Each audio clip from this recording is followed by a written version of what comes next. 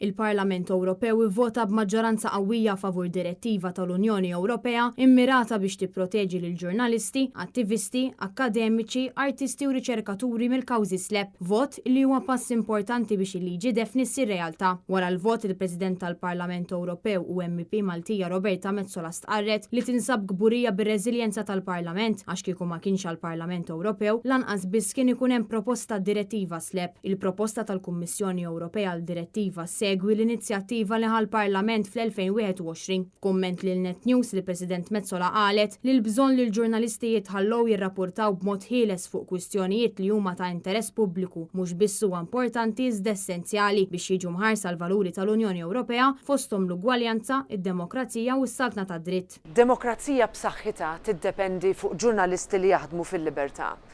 Din id-direttiva li ħadet l-isem ta' Daphne's Law, imsemmija għal-ġurnalista Maltija Daphne Caruana Galizia, ser toffri protezzjoni lil ġurnalisti kontra proċeduri legali abbużivi magħrufa bħala slap li jinfetħu biex ibeżżaw lill-medja milli tikxef il-verità. Niftakru li qabel ġiet assassinata, Daphne Caruana Galizia kellha 42 każ il-qorti miftuħin kontriha.